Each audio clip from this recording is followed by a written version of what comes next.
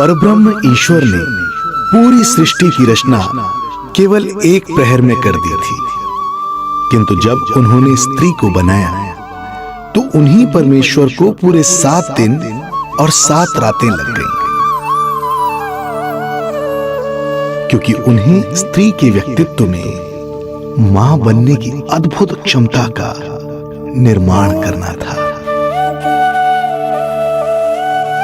जो अपने तन को असहनीय पीड़ा देकर उसमें से एक नए जीव को जन्म देती है, जो अपने रक्त को दूध बनाकर अपनी संतान का पोषण करती है। वो एक मां ही होती है।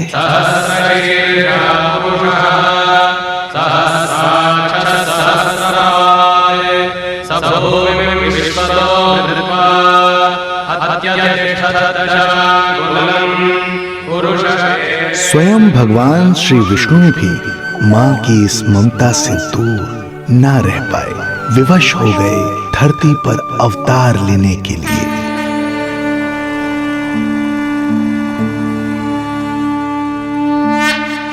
शांताकारं भुजगशयनं पद्मनाभं सुरेशं विश्वाधारं गगनसदृशं मेघवर्णं शुभांगं लक्ष्मीकान्तं कमलनयनं योगी ध्यानगम्यं वन्दे विष्णुं भवभयहरं सर्वलोकैकनाथं वन्दे विष्णुं भवभयहरं सर्वलोकैकनाथम्।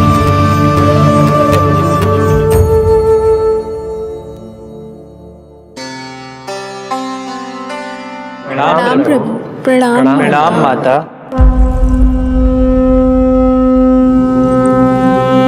माता, प्रभु, दुष्कंस के अत्याचार दिन पर दिन बढ़ते ही जा रहे हैं। पृथ्वी की शांति नष्ट हो रही है प्रभु, और मैं देवराज इंद्र होकर भी कुछ नहीं कर पा रहा हूं। आपके प्रताप से मैं भूमि अनंत काल से समस्त विश्व का भार उठा रही हूँ, किंतु प्रभु अब दुष्टता इतनी बढ़ चुकी है कि मैं सहन नहीं कर पा रही हूँ। अब दया कीजिए प्रभु, इससे पहले कि मैं बुराई के इस असीम भार के नीचे दबकर ब्रह्मांड की अतल गहराइयों में खो जाऊं। मेरी सहायता कीजिए प्रभु। आंखें खोलिए प्रभु, आंखें खोलिए।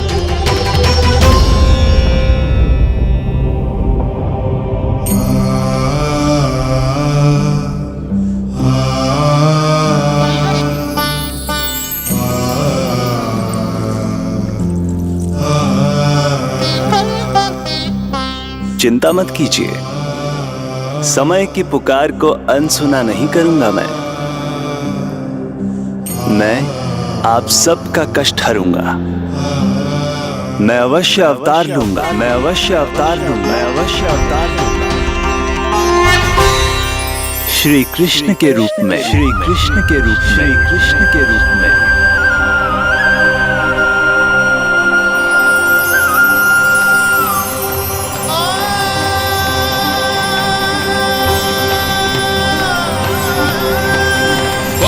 वसुदेवसुतं देवं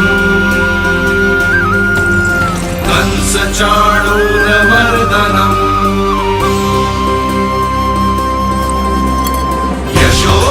यशोदपरमानन्दम्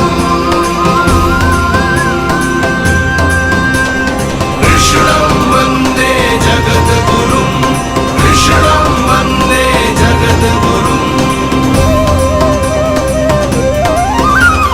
वसुदेव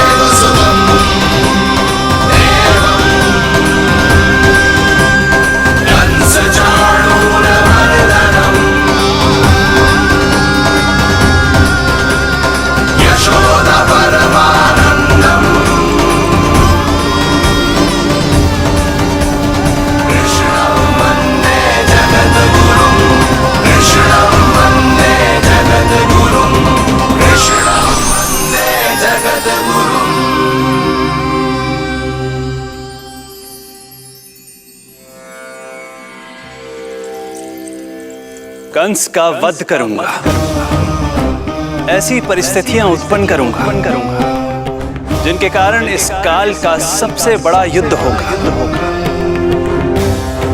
कुरुक्षेत्र के मैदान में मैं सभी अत्याचारियों को एक साथ समाप्त करूंगा और इस प्रकार मैं भूमि देवी का भार अवश्य हल्का करूंगा।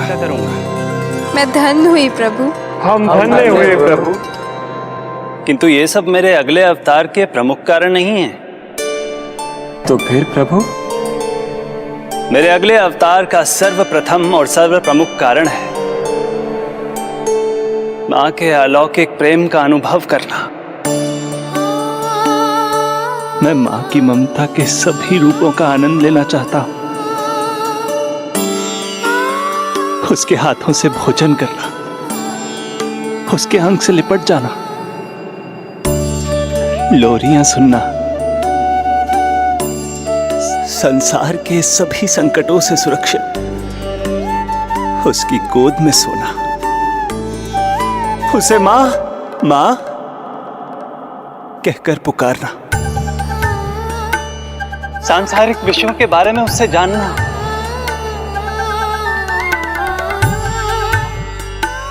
और फिर कोई शैतानी कर उसके आगे आगे भागना, उससे डांट खाना और फिर उसे मनाने के लिए क्षमा मांगना।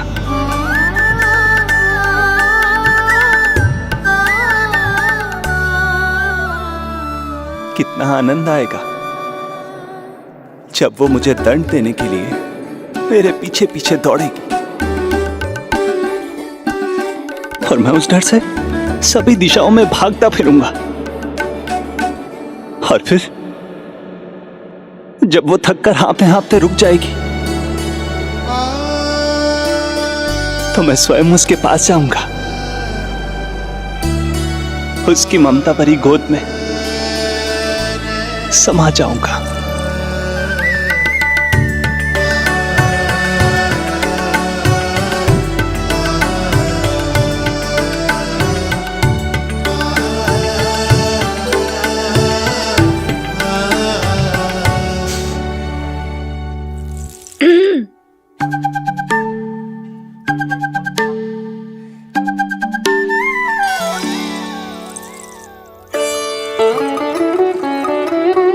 प्रभु, एक प्रश्न है।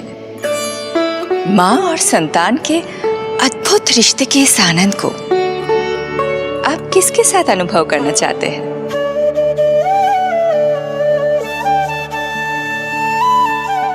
प्रभु, कौन है वो सौभाग्यशाली महिला जिन्हें आपने अपनी माँ के रूप में चुना है? वो महिला है यशोदा। यशोदा।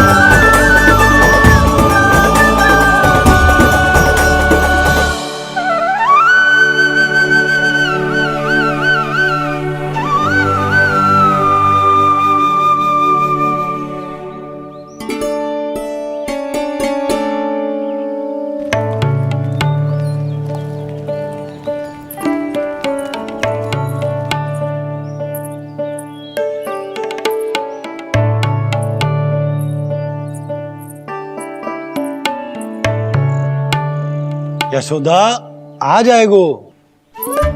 आपके जैसा बड़ा ना है कि रास्ता ढूंढते हुए अपने आप घर लौट आएगो। बस 6 महीने का बालक है, अबोध है। हे नारायण, क्षमा करना, अपने पति देव से ऊंची स्वर में बात कर ली मैंने।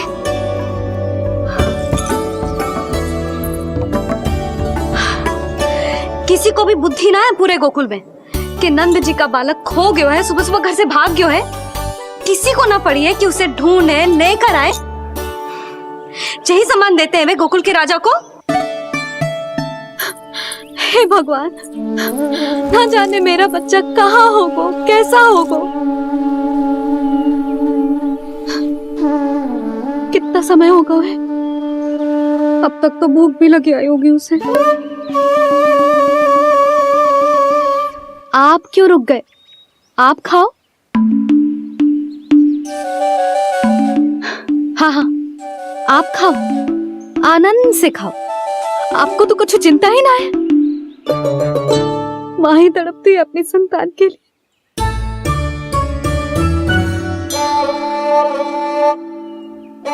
अब क्या खाली पेट काम पे जानो है? क्या कहेंगे सब कि यशोदा अपने पति को भूखा रखे? ना ना, आप खाओ, खाओ ना।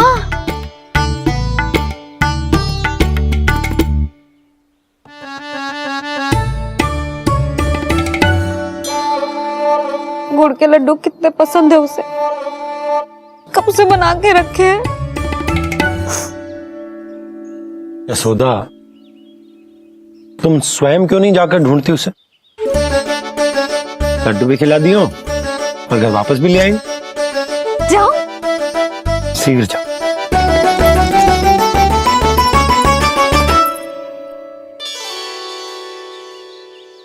किंतु आप तो खाना खा रहे हो ना पतिदेव? वही तो, मैं खाना खा रहा हूं, परंतु वो भूखा है। तुम जाओ। वो तो भूखा है।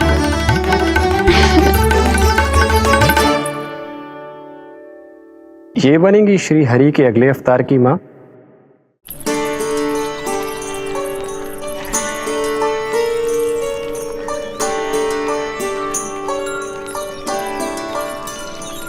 मेरे बच्चे को देखो है ना।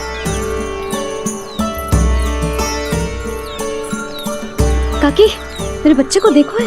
नहीं नहीं,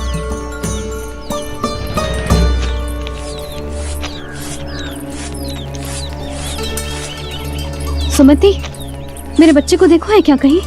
नहीं तो। ना देखो। जानकी, प्रभावती, मेरे बच्चे को देखो है कहीं?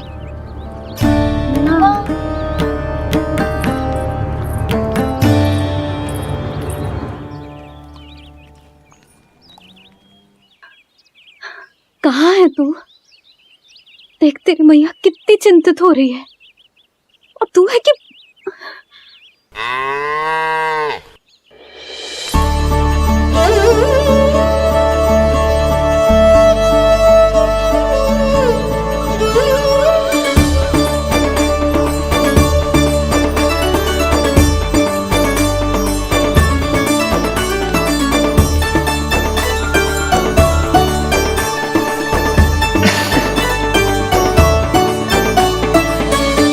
हाँ, अभी तक मैया यशोदा का लाडला यही है, 6 माह का बछड़ा।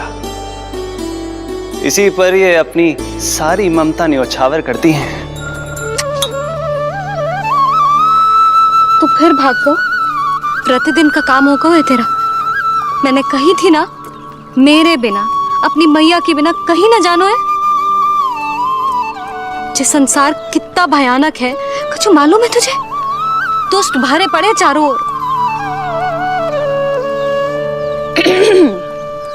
वाह, दुनिया की अनोखी मैया और उसका अनोखा बालक, जो कि बालक है ही ना, गाय का बछड़ा है।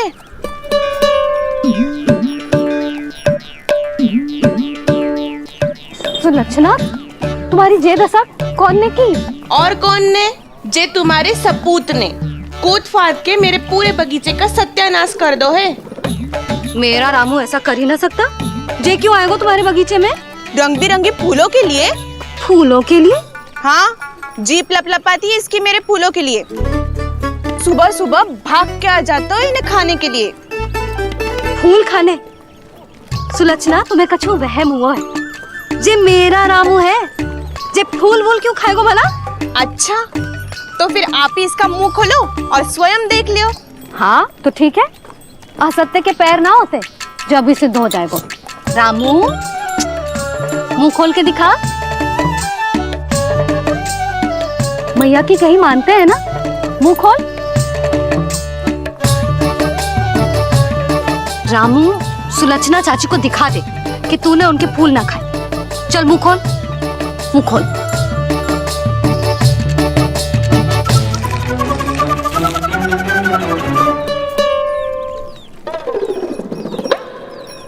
हाँ हाँ देख लो, इसने कछु ना खाया है। हाँ हम चल रहे हैं। अरे पर मुझे भी तो देख लेने दो। सुलक्षणा, मैं नंद देव की पत्नी हूँ, तुम्हें क्या लगता है मैं असत्य बोलूंगी? ना ना जशोदा जी, लेकिन आप तो सिद्ध करने वाली थी ना। हो तो गए हो सिद्ध। चल रामू, देर हो रही। अरे अरे वैसे रामू जी बहुत बुरी बात है, नंद जी का बालक चोरी कर दो। छी, जो अपनी वस्तु ना है उसे छूते भी ना है, समझ आई? जे करूंगी सुलक्षणा के यहाँ भरी टोकरी बेसन के लड्डू भिजवा दूंगी, प्रसन्न हो जाएगी। ये तो बड़ी चतुर है प्रभु। हाँ प्रभु, और जीवट भी है इनमें। बस यही देखा आप सबने? क्या आपने एक मां की चिंता नहीं देखी? प्रत्येक मूल्य पर अपनी संतान की रक्षा करने का स्वभाव नहीं देखा? या फिर असत्य भाषण करने पर अपनी भूल सुधारने की व्यग्रता नहीं देखी? कोई बात नहीं, मैं बताता हूं यशोदा क्या है। यशोदा पवित्रता की प्रतिमूर्ति है, विश्वास का आधार सुरक्षा की भावना है, ममता का मूर्त रूप है वो, वात्सल्य की गंगा है, भावनाओं का बहता हुआ निर्झर है। यशोदा अपने आप में परिपूर्ण है। यशोदा मां है। प्रभु, मां यशोदा निश्चित ही अद्भुत है। जिनके यहाँ आप पुत्र बनकर जाना चाहते हैं, उन्हें तो असाधारण होना ही है। किंतु प्रभु, आपके दिए हुए वचन के अनुसार आपको देवी देवकी का पुत्र बनकर जाना है, तो फिर आप एक ही जन्म में दोनों माताओं के पुत्र कैसे बन सकते हैं? आपका प्रश्न उचित है इंद्रदेव। पूर्व काल में प्रजापति सुतप्पा और उनकी पत्नी प्रश्नी ने मेरी घोर तपस्या की थी। उनके आग्रह करने पर मैंने उन्हें वरदान दिया था कि जब वो देवकी और वसुदेव के रूप में पृथ्वी पर आएंगे, तब मैं उनका अष्टम पुत्र कृष्ण बनकर जन्म लूंगा। पर मैया यशोदा के वात्सल्य प्रेम ने मुझे दुविधा में डाल दिया, क्योंकि वो भी तो पिछले जन्म से ही है ना। पिछले जन्म से?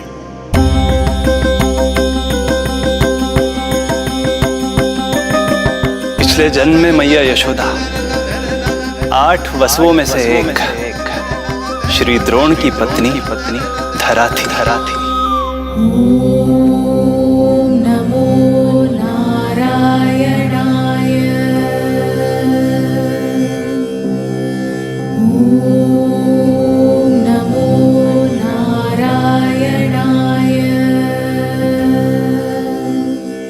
दोनों सहस्त्रों वर्षों तक निरंतर मुझे पुत्र रूप में पाने की मनोकामना के साथ घोर तपस्या करते रहे। अपने तप में वो दोनों इतने लीन थे कि प्रकृति की कोई भी शक्ति उनका ध्यान भंग नहीं कर पाई। किंतु फिर एक दिन यशोमती मैया के नंद लाला।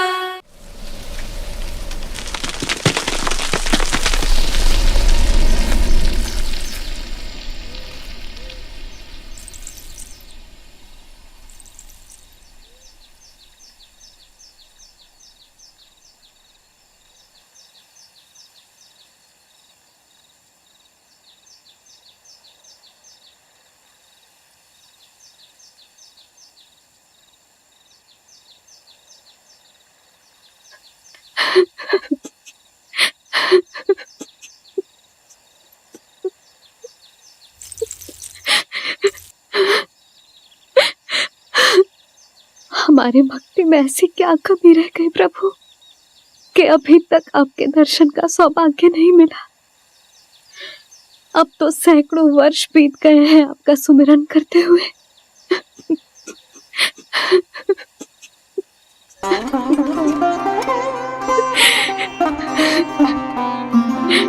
साचा सुमिरन सबसे हरि का, साचा है हरि नाम। साचा सुमिरन सबसे हरि का, साचा है हरि नाम। जिनकी कृपा से बन जाते हैं सबके बिगड़े काम, सबके बिगड़े काम। साचा सुमिरन सबसे हरि का, साचा है हरि नाम। आतुर है आंचल का उपवन, सुनने को पैजनियां छुन छुन। मधुर मधुर तुतलाती बोली, खेले संग संग आँख में चोली। मेरे मुख पे भी दे दो प्रभु ममता भरी मुस्कान। साचा सुमिरन सबसे हरि का, साचा है हरि नाम। भक्त बिना भगवान है जैसे, माता बिन संतान के वैसे। हरि बिन मेरा जीवन सूना, भगवान लाज मेरी रख लो ना। भगवान लाज मेरी रख लो ना।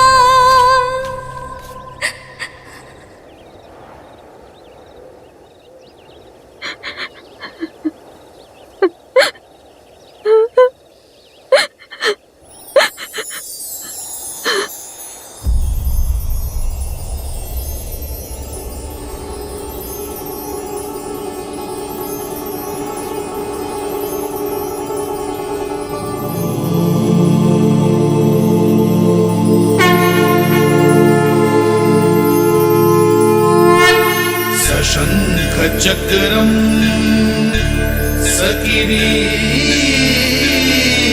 कुंडलम सपीत वस्त्रम सरसीरुहे क्षणम सहार वक्षस्थल शोभितौस्तुभम्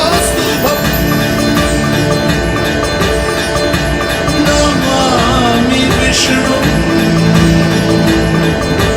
शिरसा चतुर्भुजम्।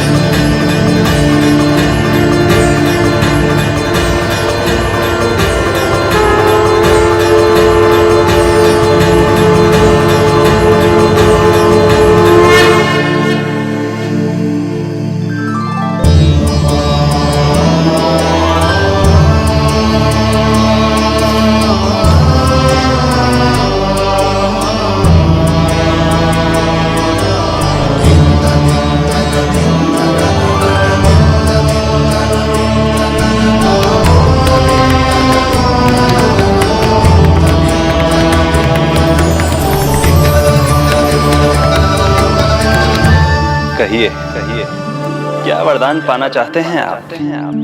प्रभु, हम आपकी सेवा करना चाहते हैं, परंतु भक्त की भांति नहीं, अभी तो माता पिता के समान।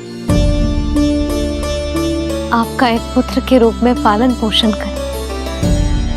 आप हमें माँ पिता के भांति प्रेम दें और हम आप पर अपनी ममता न्योछावर कर सकें। बस इतनी ही इच्छा है प्रभु। आपकी इच्छा पूर्ण होगी। मैं आपकी संतान के रूप में अवश्य आऊंगा, किंतु उसके लिए आपको मेरे अगले अवतार के बाद एक और अवतार की प्रतीक्षा करनी होगी, क्योंकि अगले जन्म के लिए मैं पहले ही ये वरदान माता देवकी को दे चुका हूँ। प्रभु, किसी भी जन्म में आपको अपने पुत्र के रूप में पाना मेरा सौभाग्य होगा, किंतु मेरी ममता मेरे वश में नहीं है। प्रभु, आप साक्षात मेरे सामने खड़े हैं, किंतु मेरे नेत्र आपके इस दिव्य चतुर्भुज रूप को नहीं देख पा रहे। इन्हें तो आप अभी से बाल रूप में दिखाई दे रहे हैं। मेरे भीतर उमड़ती ममता की ज्वार का अनुभव कीजिए प्रभु। केवल कल्पना मात्र से मेरा वक्षस्थल दूध से भराया है। ये गोद तरसने लगी है, मन अभी से लोरियां गाने लगा है। मेरे इस अनुरोध को स्वीकार कीजिए प्रभु, कृपा करें। इस मां से और प्रतीक्षा ना करवाए प्रभु, और प्रतीक्षा ना करवाए। उस पल माता धरा की ममता भरी भक्ति और प्रेम भाव को देखकर मेरे मुख से भी वो शब्द निकल ही पड़ा जिसे एक बच्चा पहली बार बोलना सीखता है, माँ।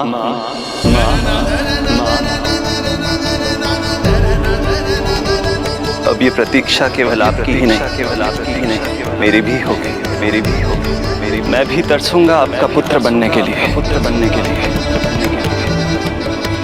इस समय मैं विवश हूँ, समय मैं विवश हूँ, समय मैं विवश हूँ, किंतु मैं आपको वचन देता हूँ, आपको वचन देता हूँ, आपको वचन देता हूँ, आपकी संतान बनकर अवश्य आऊंगा, अवश्य आऊंगा, प्रभु।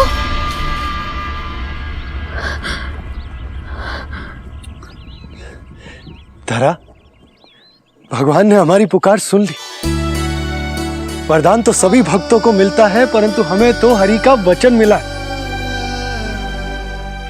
वो आएंगे, अवश्य आएंगे। अब हमें केवल उस शुभ दिन की प्रतीक्षा करनी है। अब और प्रतीक्षा नहीं होगी मुझसे।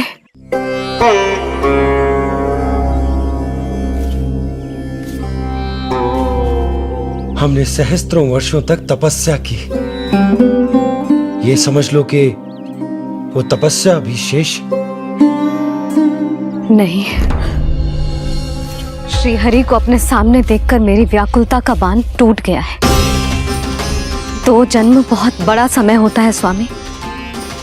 अपने पुत्र के रूप में हरि को गोद में खिलाने के लिए अब मैं और 2 जन्मों तक प्रतीक्षा नहीं कर सकती।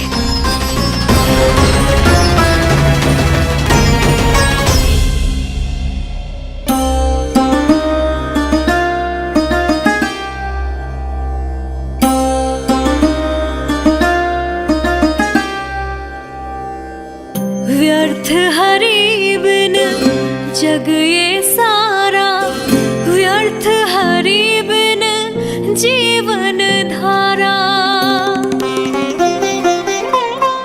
पूजन वंदन व्यर्थ हरि बिन, व्यर्थ धरार जीवन धारा।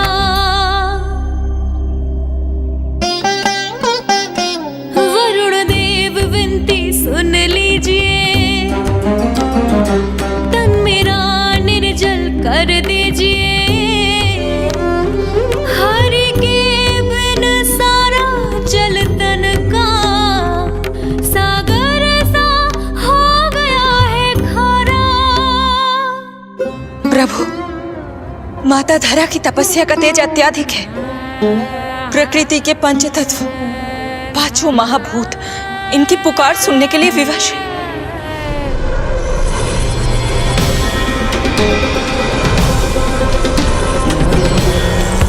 धरा, प्रिय, ये क्या कर रही?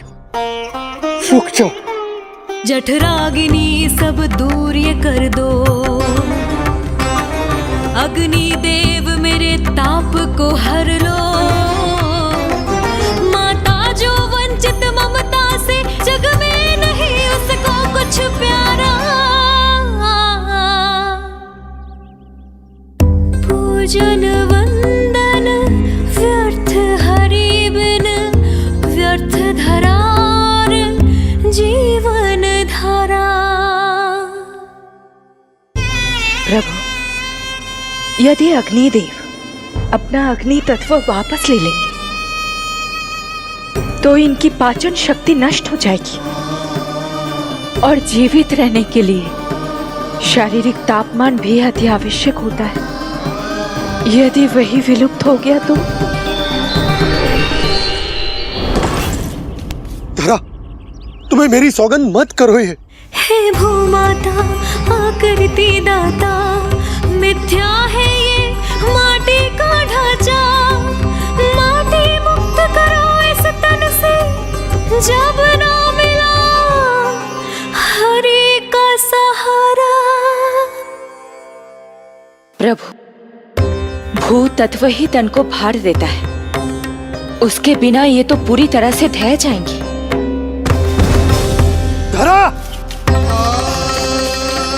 धरा, ये क्या हो गया? बस करो अब। प्रभु, कुछ कीजिए। मैं संसार का संचालक हूं देवी। नियमों का पालन करने के लिए मैं भी बाध्य हूं। जो वचन मैं पहले ही माता देवकी को दे चुका हूं, यदि मैं चाहूं तो भी उसे तोड़ नहीं सकता।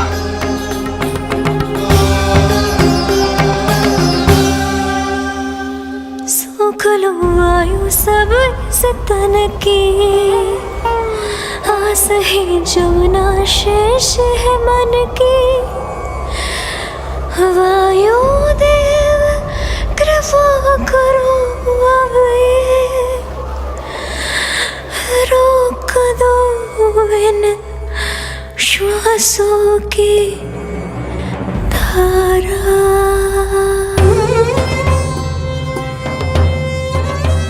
प्रभु, प्राण वायु के बिना प्राणों का बचना संभव नहीं।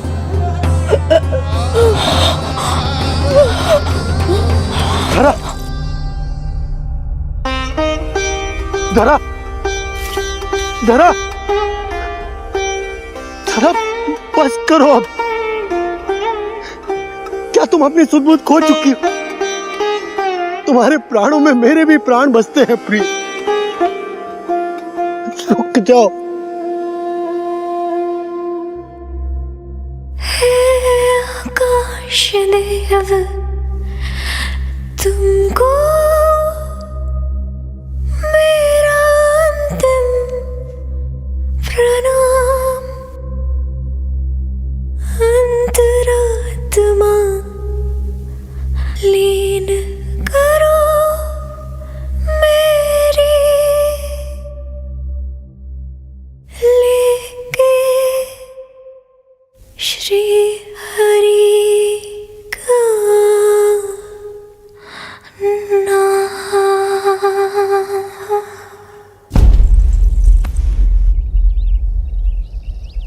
धरा, धरा, धरा, ये क्या कर लिया तुमने? धरा, कोई है, कोई है, सहायता कीजिए। धरा, जल, धरा, तुम चिंता मत करना, मैं यही हूं। मैं 2 क्षण में जल लेकर आता हूं।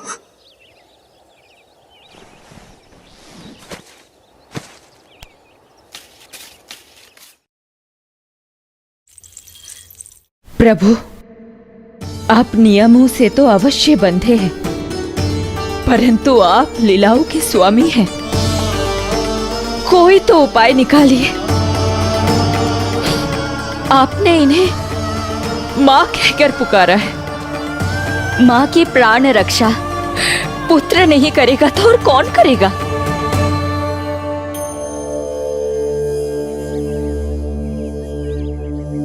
प्रेम ना जिसकी सीमा कोई, ना कोई आया माँ की ममता के आगे विवश हुए भगवान,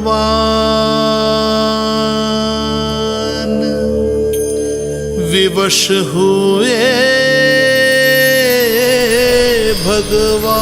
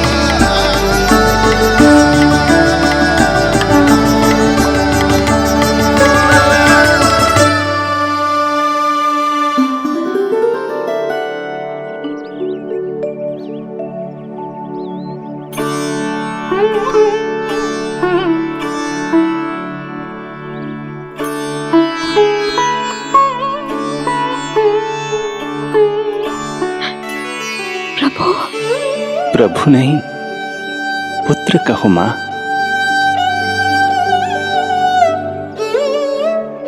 पुत्र, मेरा पुत्र, मेरा पुत्र।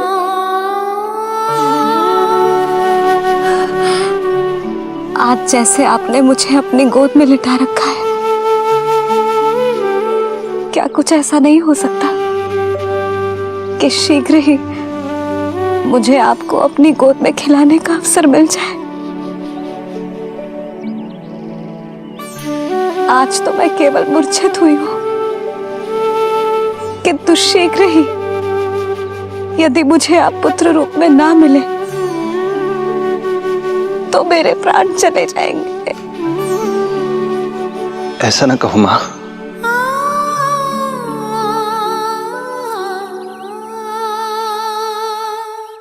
माता देवकी को मैं पहले ही वचन दे चुका हूं, इसलिए विधि के विधान के अनुसार मुझे उन्हीं का पुत्र बनकर जन्म लेना होगा।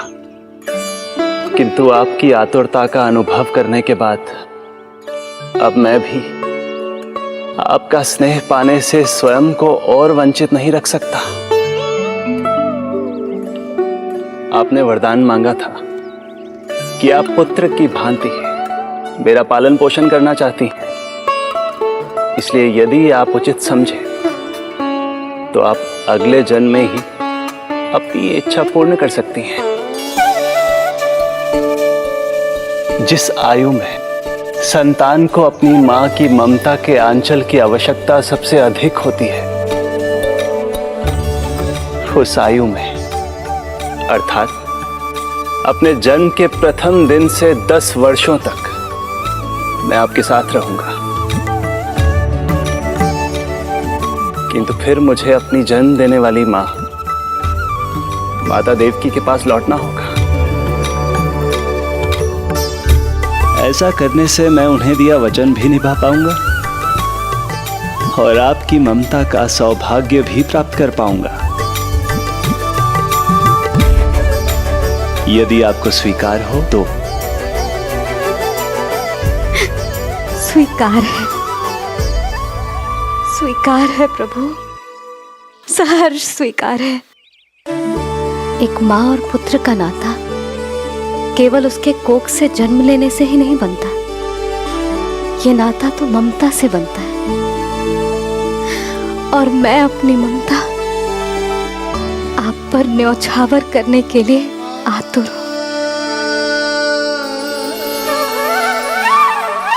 यशोमती मैया के नंद लाला, यशोमती मैया के नंद लाला, यशोमती मैया के नंद लाला, यशोमती मैया के नंद लाला। तो इस प्रकार परमपिता परमेश्वर श्री हरि विष्णु एक ही जन्म में दो दो माताओं का पुत्र बनने के लिए उत्साहित भी थे और भावुक भी। किंतु जगत माता श्री लक्ष्मी और अन्य सभी देवगण ये जानना चाहते थे कि श्री हरि ये अभूतपूर्व कार्य कैसे करेंगे। भगवान बोले, ये सब संभव होगा उसके कारण जो मेरे अगले जन्म की कथा का मुख्य पात्र है, कंस।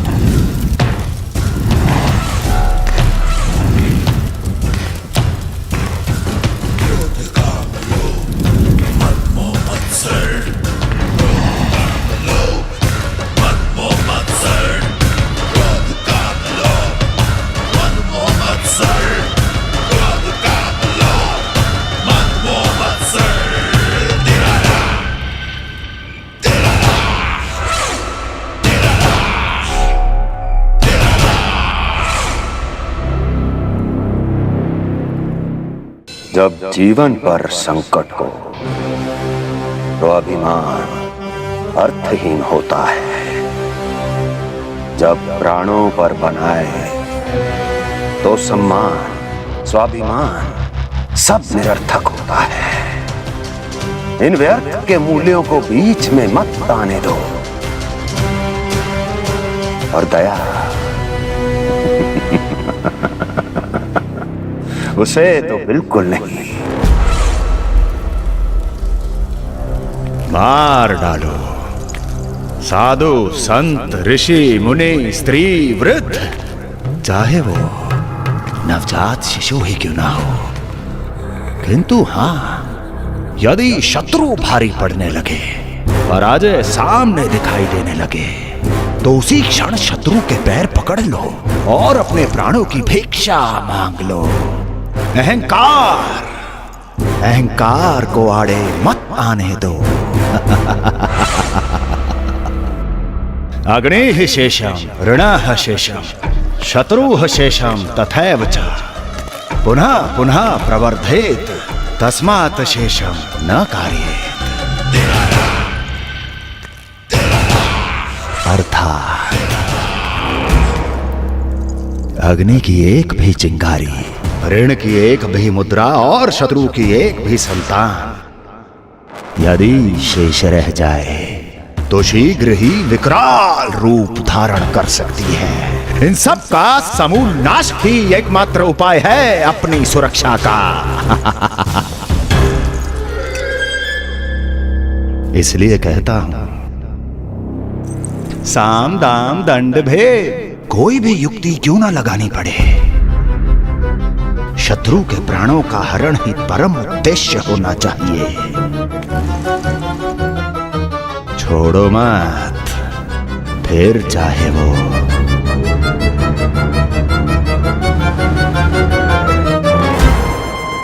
विष्णु ही क्यों ना हो।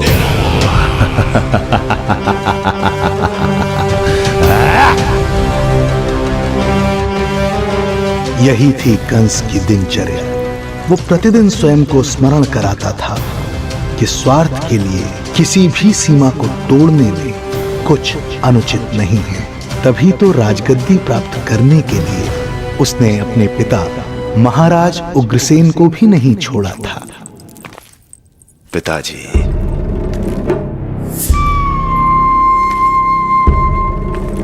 हो सके तो मुझे क्षमा कर दीजिएगा। कल्पना भी नहीं की थी कि मैं आपके साथ ऐसा व्यवहार करूंगा। आपको प्रतीत हो रहा होगा कि मैं क्रूर हूं, स्वार्थ में अंधा हो गया हूं, किंतु मैं विवश हूं।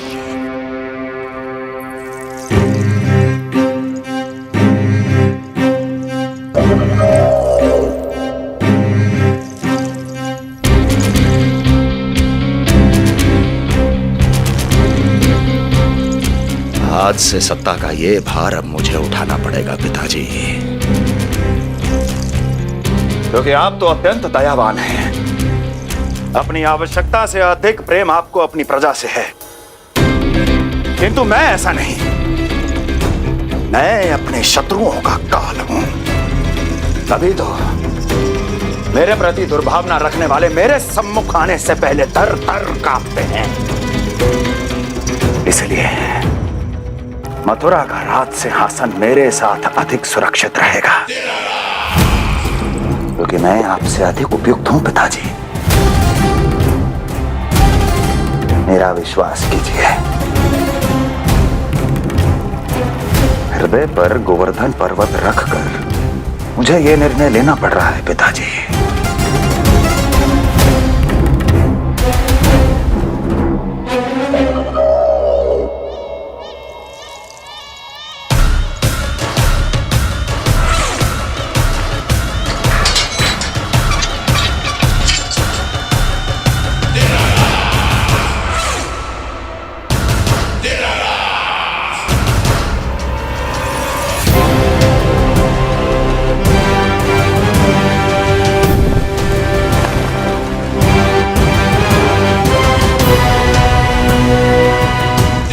चाबी यमुना में फेंक देना।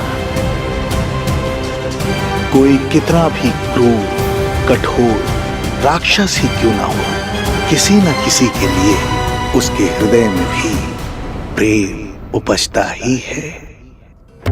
कंस भी इस नियम का अपवाद नहीं था।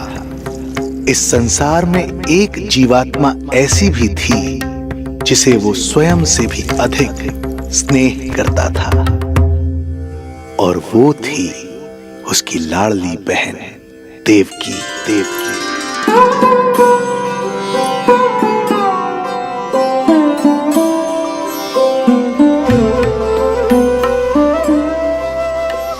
देवकी के लिए कंस एक राजा नहीं, मात्र भाई था, जो अपनी बहन की छोटी सी मुस्कुराहट के लिए आकाश पाताल एक कर सकता था।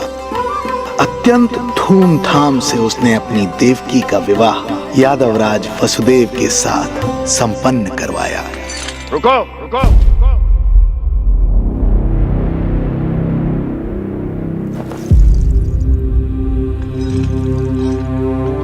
ये आप क्या कर रहे हैं? आप मथुरा नरेश हैं?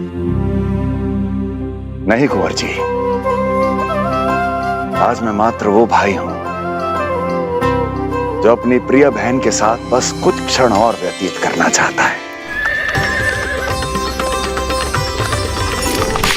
कंस के हृदय में देवकी के लिए उमड़ता प्रेम का सागर तब अचानक सूख गया जब उसने ये आकाशवाणी सुनी। महापापी अत्याचारी कंस,